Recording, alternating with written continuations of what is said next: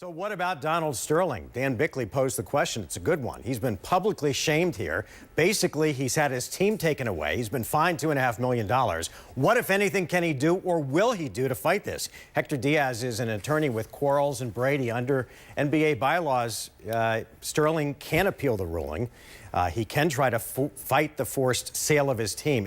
As a defense attorney, if you were defending him, what would you do? Well, I'll tell you right now, his attorneys are rallying. And there's no doubt a PR effort here to try to figure out what do we do next.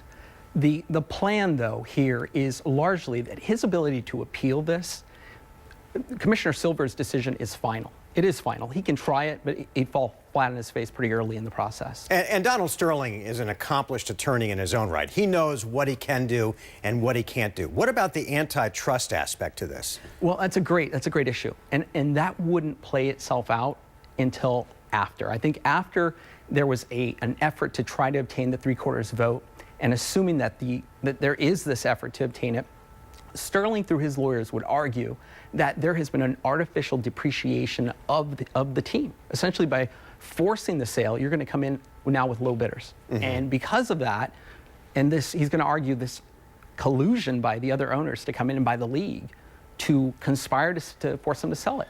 Listen, the whole thing is ugly, obviously, but then there's the other aspect that a lot of people aren't talking about, and that is his mistress claims that he knew she was taping him. But who really knows in the end? Who knows if this goes into a court of law? Can he go after her for taping him? Well, arguably. Now, again, arguably under California law, it's a little different than Arizona. In Arizona, it's a one-party state. So long as one party has consented to the recording, and that's often the person that's recording the conversation, you're fine. California's a little different. It's a two-party state. And so because of that, he's going to argue, presumably, I had no idea what was going on here. I didn't know this was a private conversation, no clue. She could possibly face criminal sanctions. She could face a lawsuit for violating his right to privacy. But at the end of the day, let's not forget, we're talking about somebody who made a very toxic statement. The court of public opinion is out. We know what the court of public opinion would say. How would he be treated in a court? Remains to be seen. Remains to be seen. Hector, thanks for coming in today. Thank you, Mark. Yeah, great.